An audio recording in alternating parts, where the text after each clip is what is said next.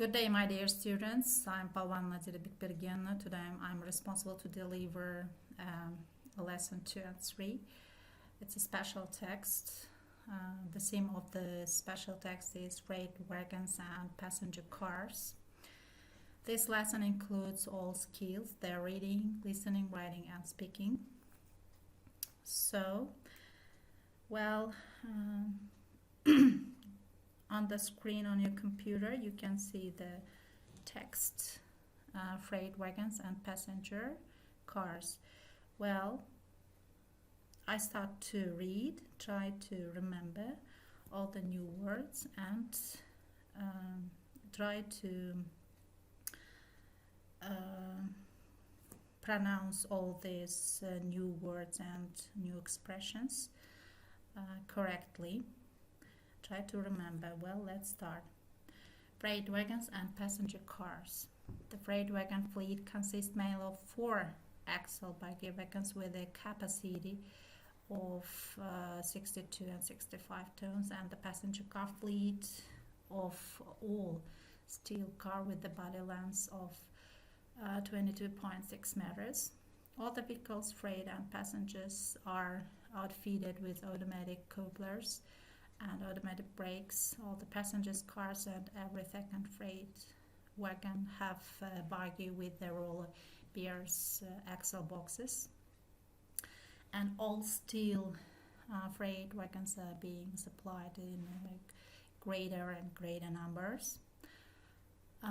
The Russian railway are receiving large capacity 8-axle open top wagons with a capacity of 125 tons and the tank wagons with a capacity of 120 tons.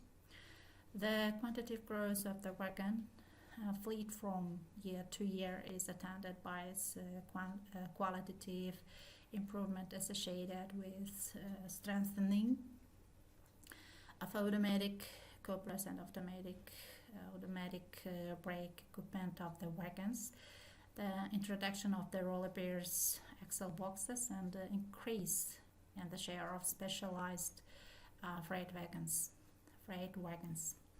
Development of the container fleet and the refrigerator rolling stock is continuing. The renewal and improvement of the structure of the wagon fleet is one of the most improvement directions of the technical progress on the railways.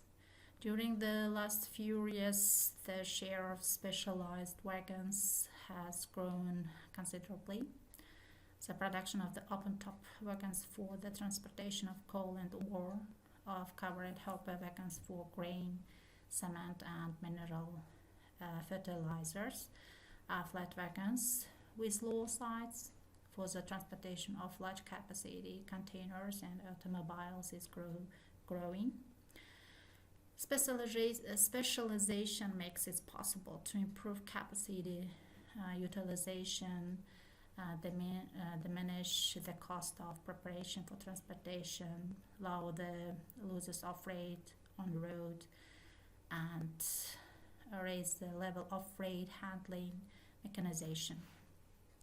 The operation of the Russian railways is characterized by a high level of utilization of the basic technical equipment and by a great traffic density.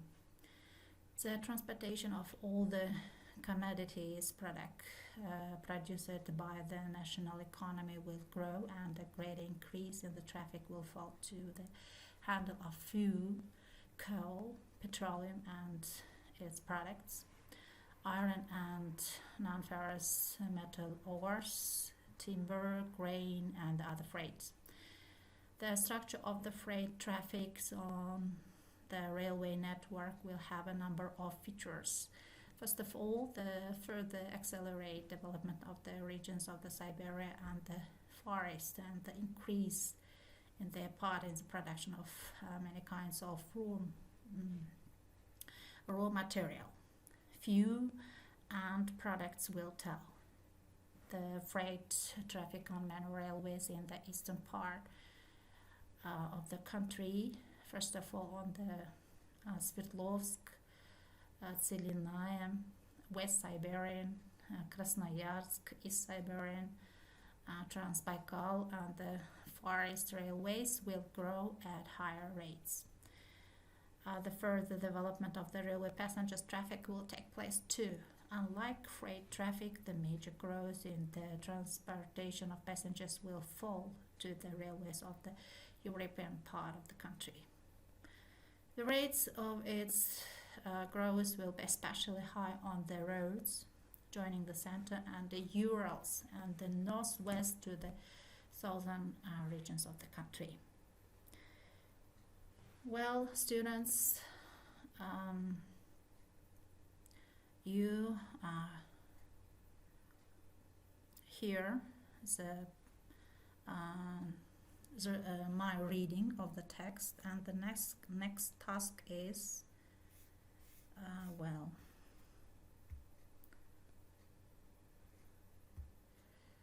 it's an active vocabulary.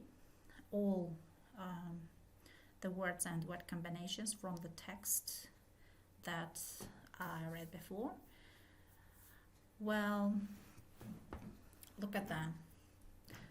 Fleet, park, all steel cars, сплошной стальной вагон, yoki to'liq po'latdan yasalgan vagon, automatic couplers, автоматическая сцепка, vagonlarni avtomatik ulash, automatic brake, автоматический тормоз, автоматик тормоз, roller bearers, roller bearing, роликовый подшипник,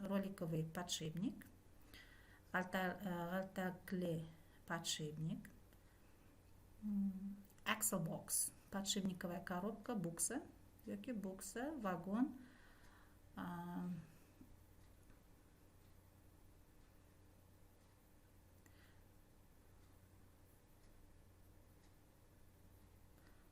vagon oqi aylanadigan metal quticha. Open top wagons. Open top wagons. Вагоны с открытым верхом. Тепasi ochiq vagon. Wagon fleet. Вагонный парк. Вагон парка. Covered hopper wagon. Крытый вагон с опрокидывающимся кузовом. Üstü yopiq, ko'tarma, kuzovli vagon. Mineral fertilizers. Mineral fertilizers. Минеральное удобрение. Минерал og'iti. Diminish. Уменьшаться. Ослабевать. Kuchaytirmoq yoki bo'shashmoq. Freight traffic. Грузовые перевозки. Yuk tashuvchi yoki yuk tashuvi.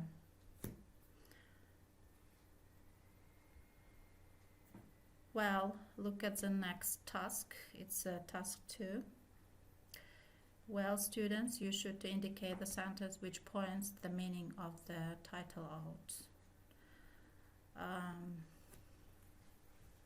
You should to read all these 8 sentences and try to indicate the sentence which points the meaning of the title out by yourself.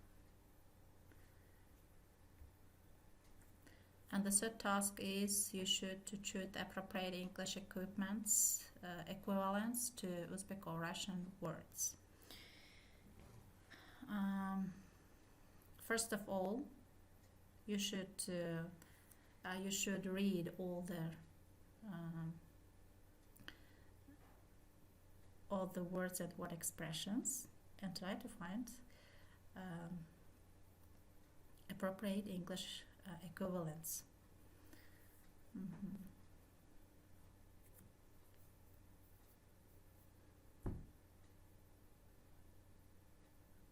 All steel cars. Ana bu joyda yozilgan. Rolikovый подшипник, g'altalik подшипник. Nima deb o'ylaysiz? O'sha to'g'ri keladimi? All steel carsga. Menimcha yo'q. O'shani o'qib chiqib, siz o'zlaring topishingiz kerak bo'ladi. bitta podskaska berishi mumkin. Also cars bu splashnoy stanoy vagon degani o'sha to'g'ri keladi bolalar. Hurmatli studentlar, o'shanga yaxshilab qarab tushunib olish harakatini qilinglar. Va keyingi, then the next task is, well, all these tasks, dear students, help you to reinforces the knowledge of the text. It helps you to understand, to reinforces, well. And the fourth task is translate the following words and the word combination into native language. Demak, bitta nima qilishingiz kerak? Bitta mana yozilgan so'zlarni, for example, freight traffic, national economy, passengers traffic, major gross, raw material, bitta so'zlar ko'p, o'shalarni o'qib, ularni tarjimon qilishni harakatini qilishingiz kerak. O'z native language degani o'z tilingizga. Demak, o'zbek tiliga. Well, and the next task is complete the sentence with the one of the given versions according to the content of the text. Bu nima degani? Bittasiz mana so'z berilgan. There are 5 sentences, and you should to complete all these 5 sentences with the one of the given versions. You should to choose by yourself. Bu nima degani? Demak, siz mana bu o'qib chiqib bitta 5 ta gap berilgan. Ular to'liq emas. O'shani to'ldirishingiz kerak. Mana complete the sentence deb qo'yibdi sizga. O'shani to'ldirish kerak. Bitta mana misollar berilgan. Yordam nimasida ko'rib chiqamiz. All the vehicles, freight and passengers are outfitted with. And you should try to choose to complete the sentence. For example, the first A is automatic couplers and automatic brakes, automatic doors and brakes, self-stopping equipment, automatic couplers and automatic brakes. Which one is you should to put to complete the sentence? Choose it one. Demak, mana bu yerda berilgan 4 ta ABCD ni bittasini tanlaysizlar. Bu gapni to'ldirib qo'yish uchun yordam tariqasida men sizlarga mana birinchisini to'ldirib berish harakatini qilaman. All the vehicles, freight and passengers are outfitted with automatic couplers and automatic brakes. Chunki bu gap to'liq tekstda berilgan. O'shani ko'rib chiqib, o'zingiz ham to'ldirib olishingiz mumkin. Hammasi tekstdan olingan gaplar. Bular hammasi sizlarni bilimlaringizni mustahkam qilishiga yordam beradi. Hurmatli studentlar, o'shanga e'tiborli bo'linglar. Va next task is, it's a continuation of the task 8, and now the sixth task is find the synonyms to the following words. Demak, mana bu yerda so'zlar berilgan, o'shandan sinonimlarni topib, mana bu yozilgan so'zlarga sinonimlarni topishingiz kerak bo'ladi. I think the text and the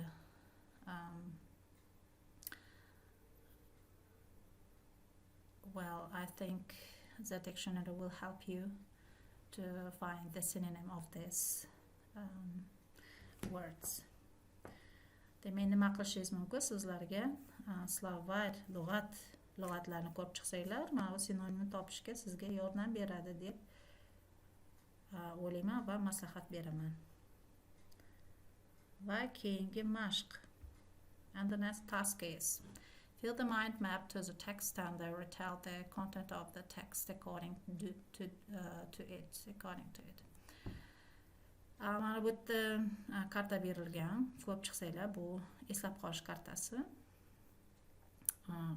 Tekstni qanaqa eslab qolgan bo'lsanglar, o'sha sizlarga yordam beradi. Special textni nomi eslaringda bor, freight wagons and the passenger cars. Hamma gaplar o'sha tekstdan olingan. Bu yerda mana passenger, freight, wagons, cars so'zlari berilgan va keyingilarni o'zlaringiz to'ldirib chiqishingiz kerak bo'ladi. Well, and the next is please do it by yourself, okay?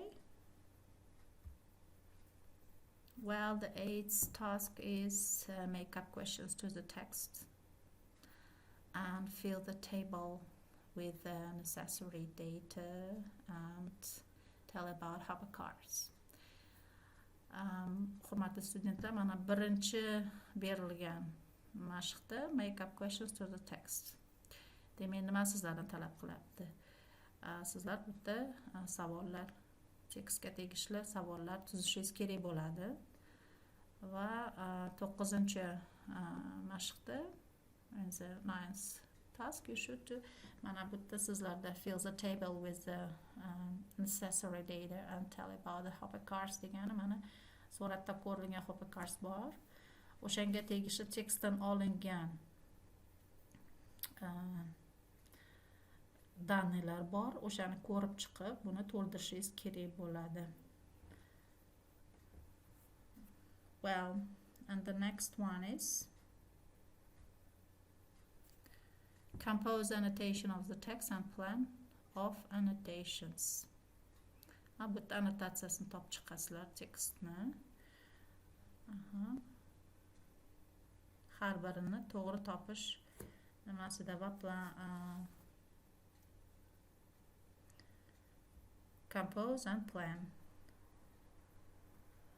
Well, fill the vocabulary graphic organizer words and word combinations from the text. And the tekstdan keyin sizlarga vocabulary lug'atlar berilgan edi. U yerda word and word combinations bor edi and word expressions. Tekstdan olingan hammasi. Hech biri chetdan kelmagan, hurmatli studentlar. Mana o'shani ko'rib chiqib to'ldirishingiz kerak bo'ladi. Bu yerda ham sizlarga lug'at yordam beradi. O'shaning uchun lug'atlarni ishlatishni harakatini qilinglar. Mana misolida word so'z berilgan, passenger traffic va uni translation tarjimoni yo'lovchi harakati and the definition. Buni nimasini keltirib berishingiz kerak, mazmunini nima to'g'risida aytilyapti ingliz tilida. Passenger traffic degani definitioni beriladi-da, o'shani to'ldirib yozib berishingiz kerak. Mana misolida to go somewhere for leisure or business. Sayohat so'zi qanaqa? Mana ikkinchi so'zda definitioni berilgan. Bir joyga ketish, biznes bilan yoki o'z ishlaring bilan sayohat qilish. Xo'p.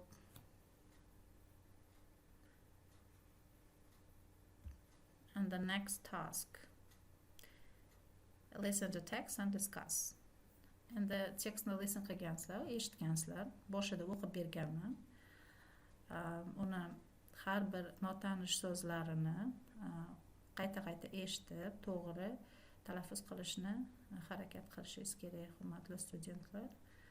Okay, well, you should try to listen again and try to pronounce all the new words and new expressions by yourself correctly. And discuss. You have, okay, you can see 2 questions. Has Uzbekistan a wide network of a railway and does it carry freight or only passenger traffic?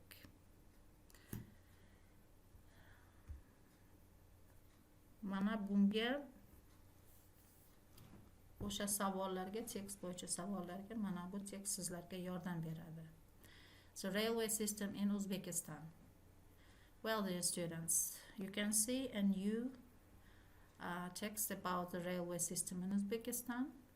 You should to read it by yourself. Try translate and write out all the new words and new combinations or new expressions or new phrasal verbs by yourself and discuss by yourself and answer the questions that you're given is above it. Well, and your home task is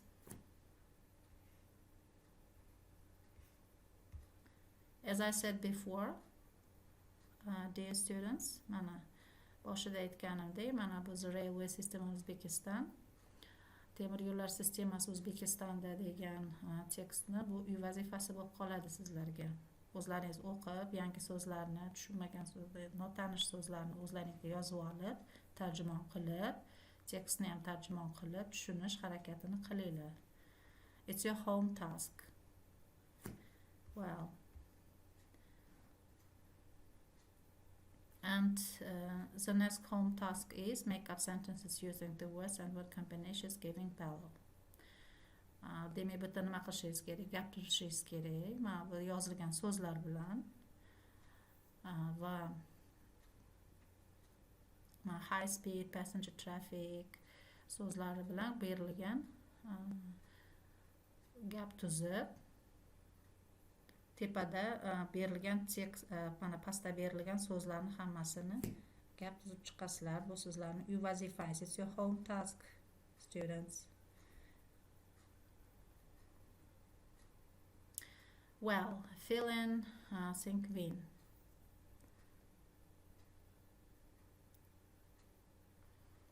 You can see the example, and with the help of this example, you can do it by yourself. It's a task 4, and it's your home task. Well, dear students, our lesson is over because our time is up, and our time is over. Dear students, thank you for your attention. See you next time. Goodbye.